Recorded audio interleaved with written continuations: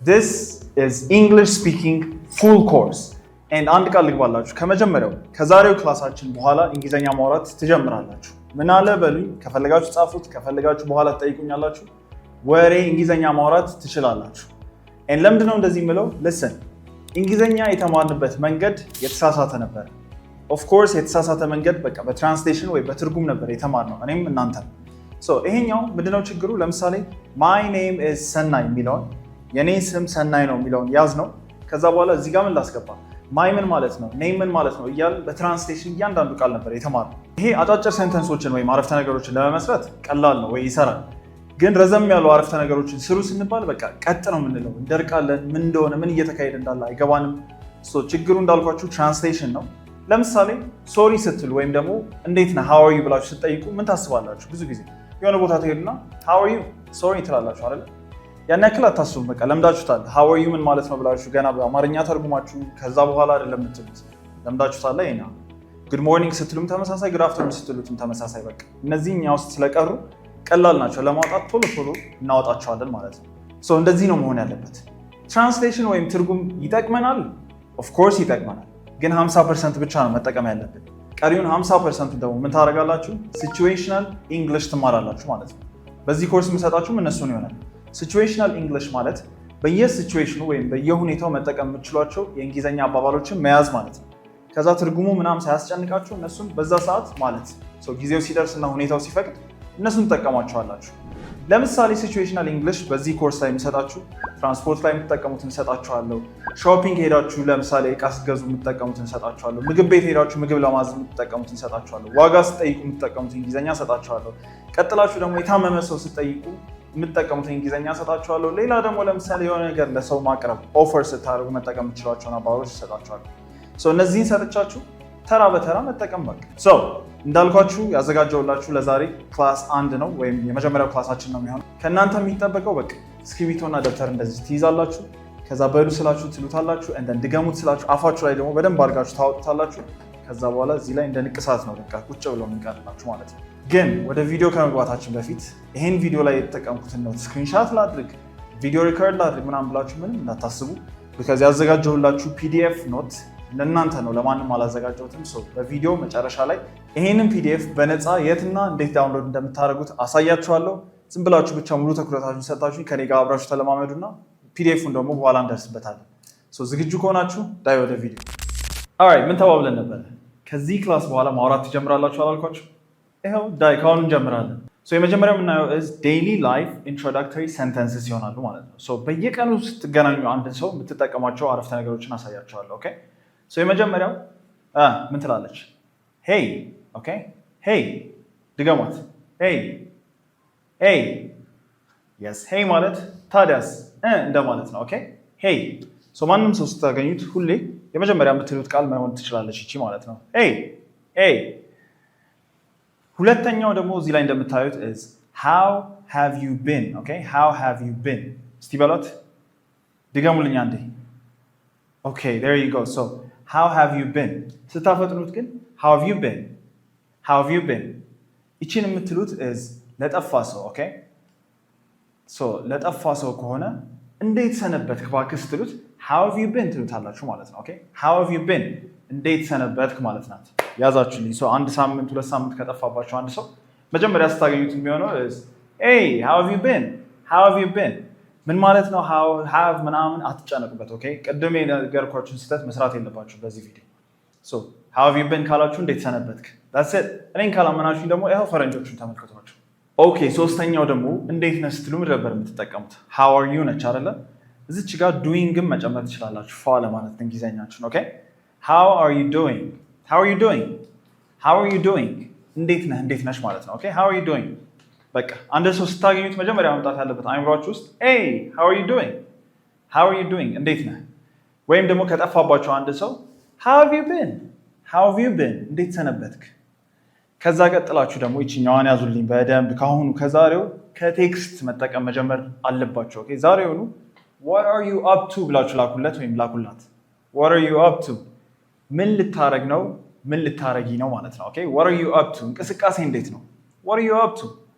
ለምሳሌ አንድ ሰው በቃ ካወራችሁ hey how are you ደህና ነኝ ምናምን ከተባባላችሁ በኋላ what are you up to ታዲያ ምን ልታደርግ ነው ታዲያ እንደማለት ነው ኦኬ what are you up to ምን ለማድረግ እየተዘጋጀህ ነው ሶ ፕላኑን ለማወቅ ስትፈልጉ አንድ ሰው እቺን መጠቀም ትችላላችሁ what are you up to ለምሳሌ what are you up to tonight ከጨመራችሁባት መጨረሻ ላይ ዛሬ ማታ ምን ልታደርግ ነው what are you up to tonight because tonight ማለት ዛሬ ማታ ስለሆነ ማለት ነው what are you up to tonight ነገ ምን ልታደርግ ነው ስትጠይቁኝ ደግሞ what are you up to ምን ትጨምሩበታላችሁ tomorrow what are you up to tomorrow ነገ ምን ልታደርግ ነው ማለት ነው ሶ የአንድን ሰው ፕላን ማወቅ ከፈለጋችሁ እንቅስቃሴ እንዴት ነው ማለት ስትፈልጉ what are you up to ብላችሁ መጠየቅ ማለት ነው what are you up to ሶ ለምሳሌ ላሳያችሁ እነዚህ ፈረንጅ ያቸው what are you up to tonight what are you up to tomorrow alright ምን ተባብለን ነበር ከዚህ ክላስ በኋላ ማውራት ትጀምራላችሁ አላልኳችሁ ይሄው ዳይካውን እንጀምራለን ሶ የመጀመሪያው የምናየው is daily life introductory sentences ይሆናሉ ማለት ነው ሶ በየቀኑ ስትገናኙ አንድ ሰው የምትጠቀሟቸው አረፍተ ነገሮችን አሳያችኋለሁ ኦኬ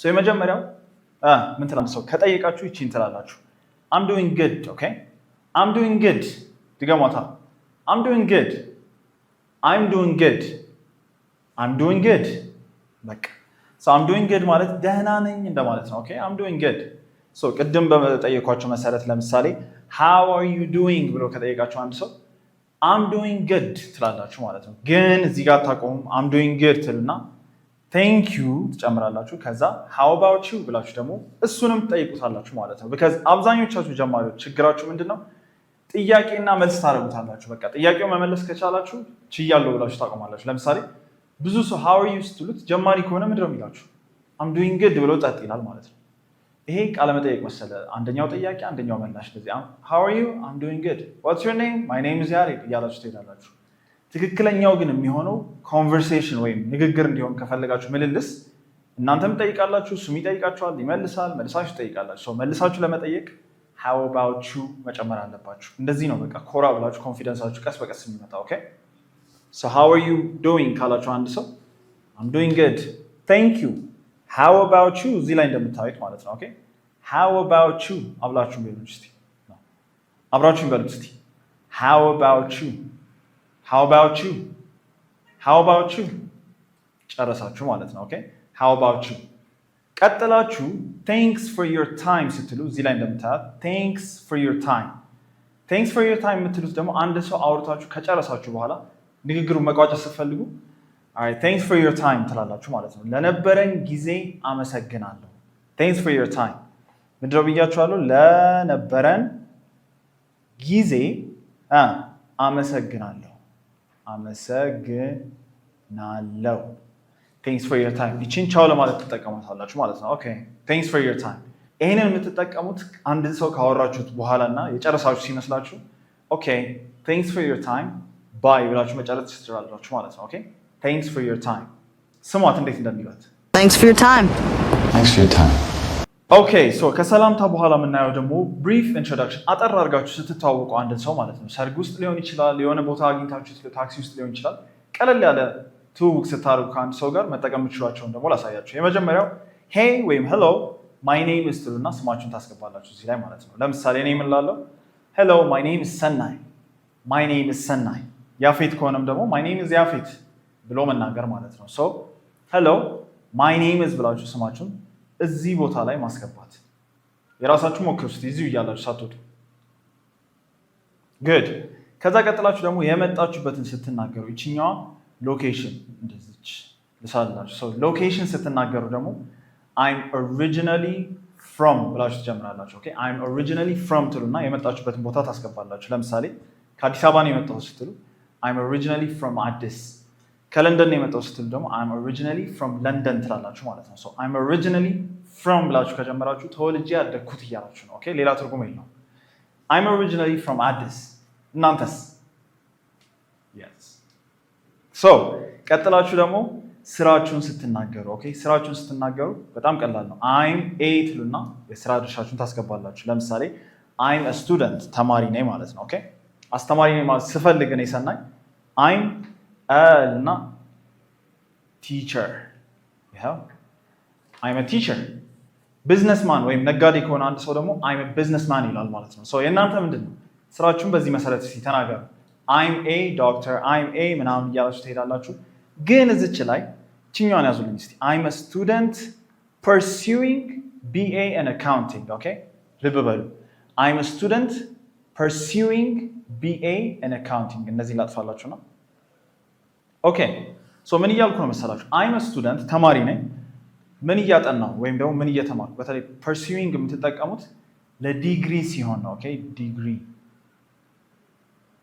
ሶ እየተማራችሁት ያለውን ሰብጀክት ስትናገሩ ወይም ፊልድ ስትናገሩ I'm a student pursuing ትሉና BA ማለት by the way bachelors of art ማለት ነው ኦኬ bachelors of art ይሄ ሶሻል ሳይንስ የሚማሩት ዲግሪ ማለት ነው so I'm a student pursuing a BA in accounting so accounting ዲግሪ እየተማርኩ ያለው ተማሪ ነኝ እያላችሁ ነው ሌላ ለምሳሌ I'm a student pursuing BA in marketing ማለት ይችላል I'm a student pursuing BA in marketing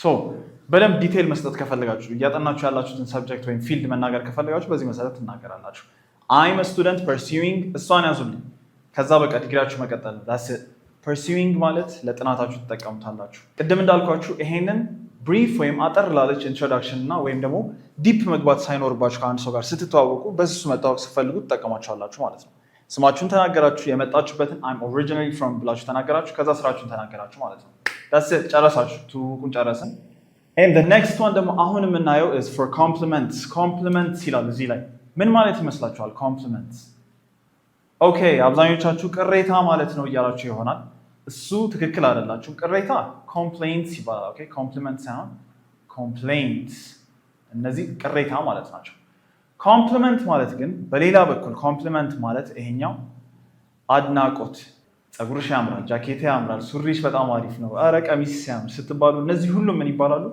ኮምፕሊመንትስ ኦኬ ኮምፕሊመንት አንዳንድ ሰው ለምሳሌ አድናቆት ሲሰጡት thanks for the compliment ብሎ ይመልስላችኋል አይደል ለአድናቆቱ አመሰግናለሁ ማለት ነው so for compliments ታዲያ መጠቀም የምትችሉት እንግሊዘኛ ምንድነው አንድ ሰው በየሄዳችሁበት መቼም ጃኬታችሁን ኮምፕሊመንት ያደርግላችኋል ያደንቅላችኋል ጸጉርሽ ተመቸኝ ይላችኋል አረ ሰሚዝ ሲያምር ምናምን ሲላችሁ ምንድነው የምትመልሱት ግራ መጋባት የለም ከዚህ በኋላ ኦኬ ለምሳሌ I love your jacket ካልኩ thank you okay thank you ቀለል አድርጋችሁ thank you ትላላችሁ ማለት ነው I like your hair ካለሽ አንድ ሰው thank you ድገሟት በቃ so ኮምፕሊመንት ካደረጋችሁ ወይም አድናቆት ከሰጣችሁ አንድ ሰው thank you ብላችሁ ቀለል አድርጋችሁ መመለስ ነው አንድ ሰው አድናቆት ሰጣችሁ ደግሞ thank you ካላችሁ እናንተ ምን ትመልሳላችሁ my pleasure okay ይሄ thank you ከተባላችሁ እናንተ አድናቆት ትሰጡና thank you ካላቻችሁ my pleasure ችግር የለውም እንደማለት ነው በቃ my pleasure ቀጥላችሁ ግን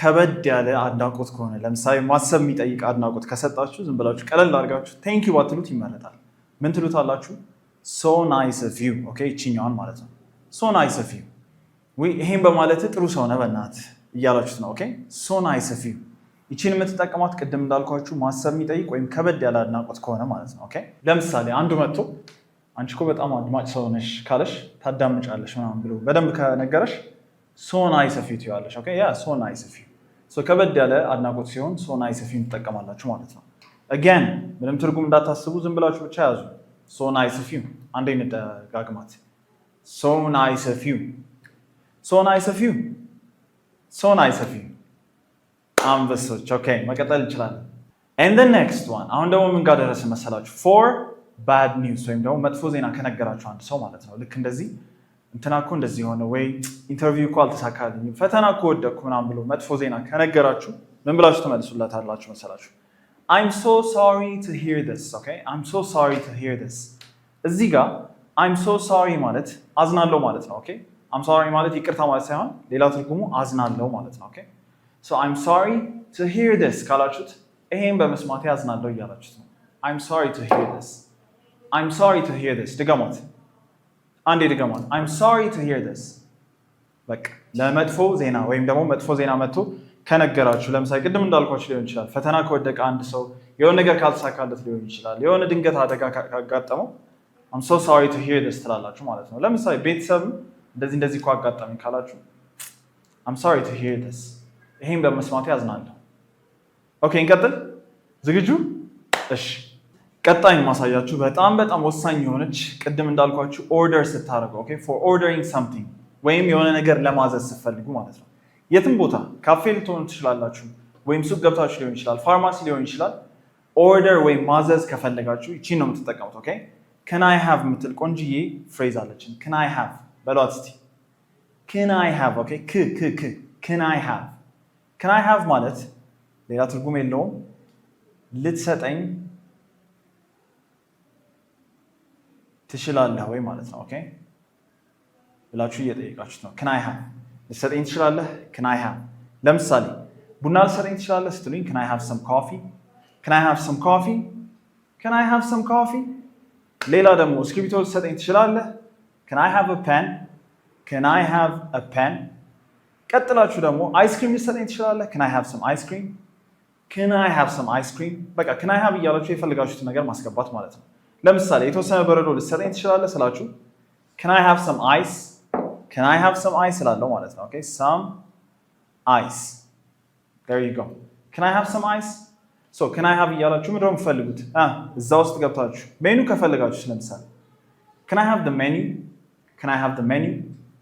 ቼክ ወይም ቢል ከፈለጋችሁ can I have the bill? በቃ ጨረሳችሁ ማለት ነው። ማዘዝ ስትፈልጉ can I have ነው የምታስታውሱልኝ። ኦኬ ሶስቴ ድገሟት ግን can I have can I have can I have በቃ እርግጠኛ እስከሆነ ነበረ መቀጠል እንችላለን አሁን ማለት ነው። right okay the next one asking for price ደርሰናል። ኦኬ asking for price ማለት ምን ማለት ይመስላችኋል? ዋጋ ዳለር ዋጋ ማለት ነው። ዋጋ መጠየቅ ደግሞ እነዚህ መጠቀም ትችላላችሁ። ኦኬ የመጀመሪያው how much is this ነች። እቺኛዋን ያዙ። how much is this ድገሟት። how much is this how much is this ይሄ ስንት ነው እያልኩ ነው። ኦኬ how much is this እንዳትረሳ። how much ብቻ እንዳትሉ ደግሞ ኦኬ how much is this ትላላችሁ። how much is this ስትሉ ወይ መጠቆም አለባችሁ ወይ ደግሞ እቃውን ይዛችሁ መሆን አለበት ማለት ነው። how much is this ቀጥላችሁ ደግሞ የዚች ተመሳሳይ ስንት ያወጣል ስትሉ how much does it cost ትላላችሁ ማለት ነው። ኦኬ how much does it cost ስንት ያወጣል። ለምሳሌ how much does it cost ስንት ያወጣል ዋጋ እየጠየቅኩ ነው አሁንም ማለት ነው። የመጀመሪያው ምን ነበረች? how much is this ሁለተኛዋስ how much does it cost ተመሳሳይ ነው ትርጉማቸው። ቀጥላችሁ ግን ሰናይ በእናትህ ቀለል ያለች ስጠኝ ትንሽ ረዘሙብኝ ካላችሁ ሶስተኛዋን ተጠቀሙ። what's the price ዋጋው ስንት ነው? ኦኬ ወይ ዋጋው ምን ያህል ነው? what's the price price ማለት ምን ብያችኋለሁ? ዋጋ ማለት ነው። what's the price ካላችሁ ዋጋው ስንት ነው ማለት ነው። ኦኬ what's the price ቀጥላችሁ ደግሞ ውድ ነው እንዴ ብላችሁ ጠይቁም ትላላችሁ። ውድ ነው እንዴ is it expensive ውድ ነው is it expensive ድገሟታ good job is it expensive ውድ ነው ትላላችሁ ትጠይቁ ማለት ነው። ውድ ነው እንዴ ብላችሁ እየጠየቃችሁ ነው። ቀጥላችሁ ግን ቅናሽ ቀንስልኝ በእናትህ ምናምን ብላችሁ መከራከር ስትፈልጉ is there a discount ትላላችሁ ማለት ነው። እቺኛዋን ለማስቀነስ ወደታች ዋጋውን ማስቀነስ ከፈለጋችሁ እቺን ትላላችሁ። is there a discount ቅናሽ አለው? is there a discount is there a discount is there a discount ቅናሽ አለው ወይ? ዋጋ ማስቀነስ ከፈለጋችሁ እቺን ትጠቀማላችሁ ማለት ነው። ሌላ ለምሳሌ ለማስቀነስ መጠቀም የምትችሉት የእንግሊዝኛ አባባል ምን አለ መሰላችሁ? can you go lower ኦኬ ትንሽ ዝቅ ማለት ትችላለህ መቀነስ ትችላለህ ማለት ነው። lower ማለት ወደ ታች ነው። can you go lower ካላችሁትም ትንሽ ቀንስልኝ እያላችሁት ነው። በቃ that's it can you go lower ትንሽ ቀንስልኝ። ኦኬ ዋጋ መጠየቅ ምን አለ? how much is this how much does it cost what's the price ከዛ ደግሞ ውድ ነው እንዴ ብላችሁ መጠየቅ ስትፈልጉ is it expensive ቀጥላችሁ ደግሞ ቀንስልኝ ትንሽ ቅናሽ የለውም ስትሉ is there a discount ቀንስልኝ ስትሉ ሌላኛው ደግሞ can you go lower ኦኬ ግን አሁን ለምሳሌ ዋጋ መጠየቅ ሶስት ሲሰጣችሁ አንድ የተመቻችሁን ብቻ ያዙልኝና እሷን መጠቀማችሁን አረጋግጡ። ኦኬ ሁሉንም ለመያዝ አትሂዱ። just አንድ ከያዛችሁ ለኔ በቂ። እኛ እንቀጥል እንግዲህ። ኦኬ ቀጣይ ደግሞ የምናየው ምን ይላል እዚህ ጋር for offering something አይደል? offering ምን ማለት ነው? offering ማለት ደግሞ የሆነ ነገር ስታቀርቡ ለሆነ ሰው ማለት ነው። ኦኬ ትፈልጋለህ እንዴ ብላችሁ ምግብ ሊሆን ይችላል መጠጥ ሊሆን ይችላል ትፈልጋለህ ስትሉት እንዴት ነው የምትጠይቁት? እቺም ቀላል ናት። ኦኬ would you like ብላችሁ ትጀምራላችሁ። would you like okay would you like ማለት እነዚህ ሶስት ቃላቶች ማለት ነው would you like ማለት ትፈልጋለህ በቃ ትፈልጋለህ ማለት ነው would you like ለምሳሌ ውሃ ትፈልጋለህ ስትሉኝ would you like some water would you like some water ውሃ ትፈልጋለህ would you like some water ቀጥላችሁ ደግሞ እርዳታ ትፈልጋለህ ስትሉኝስ would you like አሁንም ብላችሁ ጀምራላችሁ some help okay would you like some help እርዳታ ያስፈልጋል would you like some help ቀጥላችሁ ደግሞ ይሄንን መሞከር ትፈልጋለህ በሉ እስቲ would you like to try this would you like to try this ይሄን መሞከር ትፈልጋለህ would you like to try this ቀጥላችሁ ግን አራተኛው የምትጠቀማት do you want some ትላለች አይደል እቺኛው ቆንጆ ቃል ናት do you want some አላችሁ ማለት የሆነ ነገር በእጃችሁ ይዛችሁ ሊሆን ይችላል ወይም እያረጋችሁ ትፈልጋለህ ትንሽ ስትሉት ማለት ነው ኦኬ ለምሳሌ ለኔ ቀዳውና ላንቺ ልቀዳልሽ ብዬ do you want some ትፈልጊያለሽ do you want some so የሆነ ነገር ይዛችሁ በእጃችሁ የተወሰነ ትፈልጋለህ ስትሉት do you want some እያላችሁ ነው ማለት ነው ኦኬ do you want some so እነዚህን መቼ ትጠቀማቸዋላችሁ for offering something ወይም የሆነ ነገር ስታቀርቡ ለሆነ ሰው ማለት ነው ኦኬ would you like ነው ያዙልኝ መጀመሪያ በጣም ቆንጆ ቃል ናት እዚህ ጋር ልጻፍላችሁ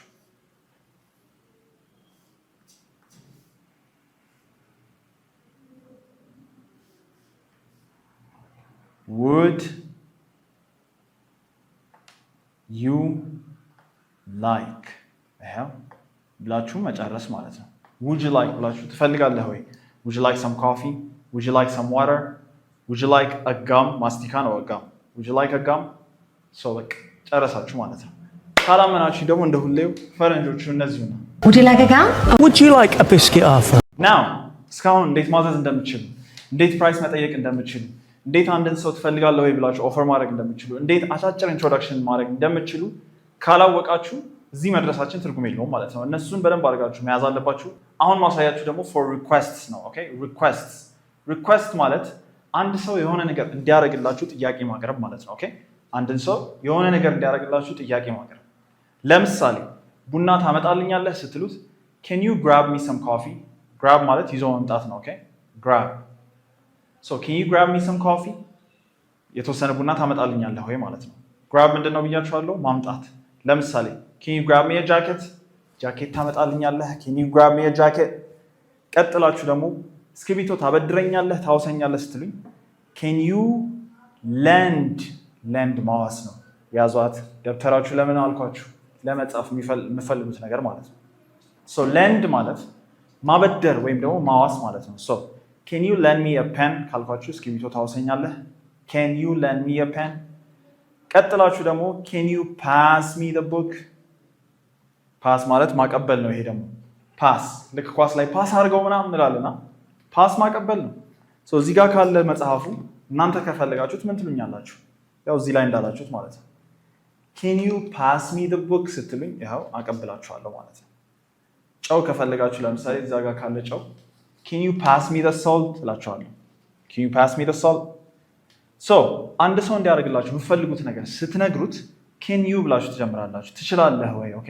can you ናት ያው can you ትሉና እንዲያደርገው የምትፈልጉትን ነገር ታስገባላችሁ ከሱ በኋላ ማለት ነው ለምሳሌ በር እንዲከፍትላችሁ ከፈለጋችሁ ያው እዚህ ጋር አለላችሁ can you ትሉና open the door በሩን ትከፍተዋለህ ወይ መክፈት ትችላለህ ወይ ብላችሁ በትህትና እየጠየቃችሁት ነው ማለት ነው እንጂ ዝም ብላችሁ ድርቅ ብላችሁ open the door አትሉት ይሄ ትእዛዝ ነው so politeness የለውም ማለት ነው ጀማሪ ሆናችሁ የሚጠቃው ደግሞ በዚህ ነው ቀስ ብላችሁ ግን ለስለስ አድርጋችሁ can you open the door can you close the door can you turn off the lights መብራቱን ታጠፋዋለህ can you turn off the lights can you check the emails ኢሜሎቹን ቼክ ታደርጋቸዋለህ ወይ ማለት ነው ኦኬ እዚህ ላይ እንደምታዩት can you check the emails so በቃ can you ከኔ ጋር ተለማመዷት can you good job እዚች ጋር አንድ ሰው የሆነ ነገር እንዲያደርግላችሁ ጥያቄ ስታቀርቡለት ማለት ነው የምትጠቀሙት can you እያላችሁ ኦኬ እንድታምኑኝ ደግሞ ፈረንጆች ሲጠቀሙት የተወሰነ ላሳያችሁ can you open the door can you bring me a bottle of champagne ኦኬ እዚህ ከደረሳችሁ በጣም አሪፍ ነው ከፍ እያላችሁ ቶሎ እየሄዳችሁ ነው አሁን ደግሞ የምናየው is making plans ኦኬ ፕላን ማለት ቀጠሮ መያዝ ማለት ነው ኦኬ ከሰዎች ጋር እንዴት ነው የምትቀጣጠሩት ምን አይነት እንግሊዘኛ ነው የምትጠቀሙት ዝም ነው ከዚህ ቪዲዮ በኋላ የለም ማለት ነው ካሁን በኋላ ኦኬ የመጀመሪያው is ቀጠሮ ስትገናኙ ወይም ስትቀጣጠሩ የምትጠቀሙት are you free ብላችሁ ትጀምራላችሁ። are you free ነፃ ነህ መቼ እዚህ ውስጥ ይገባል ማለት ነው። today የምትለዋን ቀኑን ማስገባት ትችላላችሁ። ለምሳሌ are you free today ዛሬ ነፃ ነህ? are you free tomorrow ነገ ነፃ ነህ? እሺ ቀጣይ ሳምንት ነፃ ነህ ማለት ብፈልግስ are you free next week are you free next week so are you free ያላችሁ ብቻ ቀኑን ማስገባት ወይም መቼ እንደምትፈልጉት ያን ሰው ማስገባት ማለት ነው። so are you free tomorrow are you free tonight ዛሬ ማታ ማለት ነው። are you free next Sunday ቀጣይ እሁድ ነፃ ነህ ወይ ማለት ነው። are you free ይችኛዋን are you free የምትለዋን ግን ትንሽ ፕሮፌሽናል ላድርጋት እባክህ ለስራ ልጠቀማት ማለት ከፈለጋችሁ ፍሪ ከምትሉ available ትጠቀማላችሁ ማለት ነው። ትገኛለህ ወይ ወይም ደግሞ ክፍት ነህ ወይ እንደማለት ነው። are you available ተመሳሳይ ነው አጠቃቀማቸው። ፍሪን አውጥተን available ተካ እንጂ are you available ስትሉ ወይ ለስራ ወይ ከታላላቆቻችሁ ጋር ስታወሩ ትጠቀማታላችሁ። are you available ከዛ ቀኗ ማስገባት ለምሳሌ are you available tomorrow ነገ ትገኛለህ ወይ are you available today ዛሬ ክፍት ነህ ወይ ትገኛለህ ወይ ማለት ነው። ኦኬ so are you available ብቻ እያላችሁ መጠቀም ትችላላችሁ። እቺ ፕሮፌሽናል ለማድረግ ስትፈልጉ ቀጥላችሁ ደግሞ do you have any plans ማለት ይችላችሁ ግን for ትጨምራላችሁ። ኦኬ እቺ እንዳትረሳ do you have any plans for እቅድ አለ ወይ ፕላን አለ ቀጠሮ አለ ወይ ማለት ነው። ነፃ እንደሆነ ለማረጋገጥ ተጠቀሙታላችሁ አንድ ሰው do you have any plans for tomorrow ነገ እቅድ አለ ወይ ስራ አለ ወይ ነገ እንደማለት ነው። do you have any plans for next week ኦኬ ቀጣይ ሳምንት ስራ አለ ወይ የያዝከው ነገር አለ ወይ do you have any plans አሁን ለምሳሌ እራት ያልሽው ነገር አለ ብለህ ስጠይቃት do you have any plans for dinner do you have any plans for dinner so በቃ እየቀጠራችሁ ነው ሰው ማለት ነው። ኦኬ do you have any plans for dinner do you have any plans for tomorrow do you have any plans for this afternoon ዛሬ ከሰዓት ማለት ነው this afternoon ኦኬ so የለኝም ነፃ ነኝ ምናምን ካላችሁ ምንድነው የምትሉት በቃ እንገናኛ ስትሉ let's meet up ኦኬ let's meet up በሏት አፋችሁ ላይ let's meet up ስተነትኑት let's meet up ይሆናል። እዚህ ስክሪኑ ላይ እንደምታዩት ቴክስት ለምሳሌ መጻፍ ብትፈልጉ እንደዛ ነው የምትጽፉት let's meet up ስታነቧት ግን በአንድ ትንፋሽ let's meet up let's meet up let's meet up so let's meet up ብላችሁ ቀኑን ማስገባት ነው በቃ አለቀ። let's meet up today ዛሬ እንገናኝ let's meet up tomorrow ማለት ትችላላችሁ ነገ እንገናኝ እንደማለት ነው።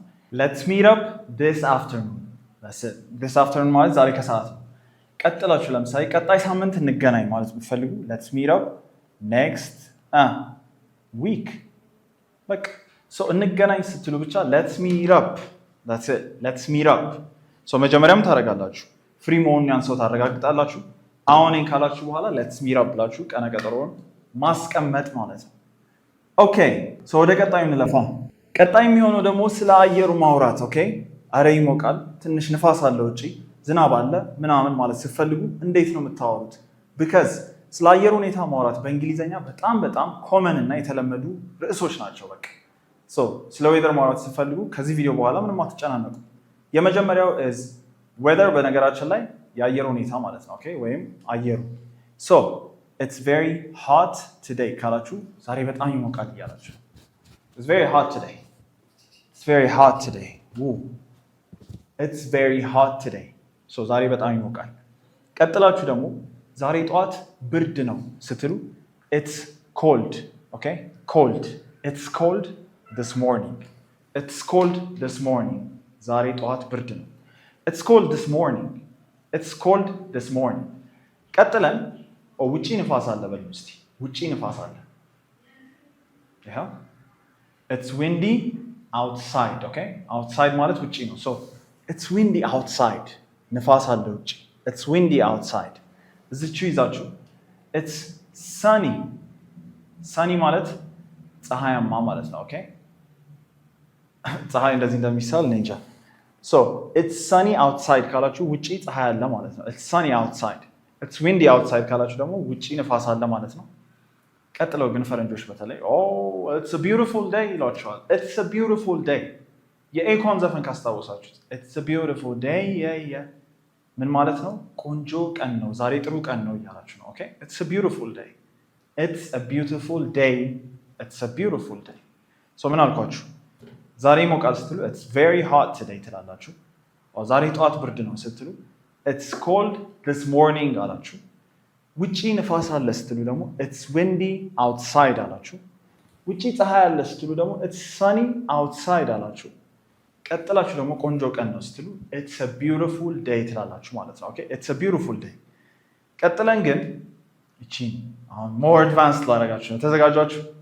so it's about to rain ካላችሁ ምን ማለት ይመስላችኋል? it's about to rain እስከዛ እኔ ልሳላት ደመና እናንተ አስቡ። ኦኬ so rain ማለት ዝናብ ነው አይደለ? rain ዝናብ ነው። ግን እዚህ ጋር about to ከጨመራችሁ በእንግሊዘኛ የሆነ ነገር ሊሆን ነው እያላችሁ ነው። በቃ ተቃርቧል፣ ጫፍ ላይ ደርሷል። ኦኬ so it's about to rain ማለት እየዘነበ ነው እያላችሁ አይደለም፣ አልዘነበም እያላችሁ አይደለም። ምን እያላችሁ ነው? ሊዘንብ ነው እያላችሁ ነው። ኦኬ ሊዘንብ ነው። it's about to rain it's about to rain so about to ማለት የሆነ ነገር ሊሆን ነው እያላችሁ ነው። so it's about to rain it's about to rain ሊዘንብ ነው። ይሄን የምትሉት ለምሳሌ ዳመናውን ካያችሁ እዚህ ጋር ዳመና አለ አይደለ? ዳመና ጭልምልም ብሎ ካያችሁት በቃ ሊዘንብ ከመሰላችሁ it's about to rain ትላላችሁ ማለት ነው። it's about to rain so ዌዘር ማውራት ከዚህ በኋላ በጣም በቃ ብላችሁ ነው የምታልፉት። ቀጥለን የምናየው ደግሞ ስለ ፊሊንግስ ስሜቶቻችሁን እንዴት ነው የምትገልጹት በእንግሊዝኛ። ስሜት ስትገልጹ አይ ፊል እያላችሁ ትሄዳላችሁ። ይሰማኛል ማለት ነው። አይ ፊል ይሰማኛል። ለምሳሌ ዛሬ በጣም ደስ ብሎኛል ስትሉ አይ ፊል ግሬት ቱዴይ ነገርኳችሁ። በቃ ምንድነው ትርጉሙ ምናምን እንዳትሉ እያንዳንዱ ቃል አይ ፊል ግሬት ቱዴይ ካላችሁ በጣም ደስ ብሎኛል ዛሬ ማለት ነው። አይ ፊል ግሬት ቱዴይ ጥሩ ስሜት ወይም በጣም ደስታ ነው የሚሰማኝ። አይ ፊል ግሬት ቱዴይ። ቀጥላችሁ አይ ፊል ታየርድ ድገሟት ከኔ ጋር አይ ፊል ታየርድ ደክሞኛል ማለት ነው። ኦኬ አይ ፊል ታየርድ አይ ፊል ታየርድ አይ ፊል ታየርድ ጉድ ሶ ደክሞኛል ስትሉ አይ ፊል ታየርድ። ደህና ነኝ ምንም አይደለም እዛው ነኝ ስትሉ ደግሞ አይ ፊል ፋይን ኦኬ አይ ፊል ፋይን ደህና ነኝ ምንም አይደለም አይ ፊል ፋይን አይ ፊል ፋይን። ከዛ አዝኛለሁ ስትሉ አይ ፊል ሳድ ከፍቶኛል አይ ፊል ሳድ። ይቺን የምትጠቀሟት መቼ ነው? የሆነ የሚያሳዝን ነገር ከተነገራችሁ ወይ ደግሞ በሆነ ሰው ካዘናችሁ የሚያደርጋል ብላችሁ ያልጠበቃችሁት ነገር ካደረገ ወይ ያደርጋል ብላችሁ የጠበቃችሁት ካላደረገ አይ ፊል ሳድ ትላላችሁ። ኔክስት ዋን ደግሞ ይችኛዋን የምትጠቀሙት ሲያማችሁ አይ አም ናት ፊሊንግ ዌል ካላችሁ አሞኛል፣ ጥሩ ስሜት እየተሰማኝ አይደለም ማለት ነው። ኦኬ አም ናት ፊሊንግ ዌል አም ሲክን ትተውትና ይችን ተጠቀሙ። ኦኬ አይ አም ናት ፊሊንግ ዌል ደህና አይደለሁም፣ ጥሩ ስሜት አይሰማኝም ማለት ነው። አም ናት ፊሊንግ ዌል አሞኛል እንደማለት ነው።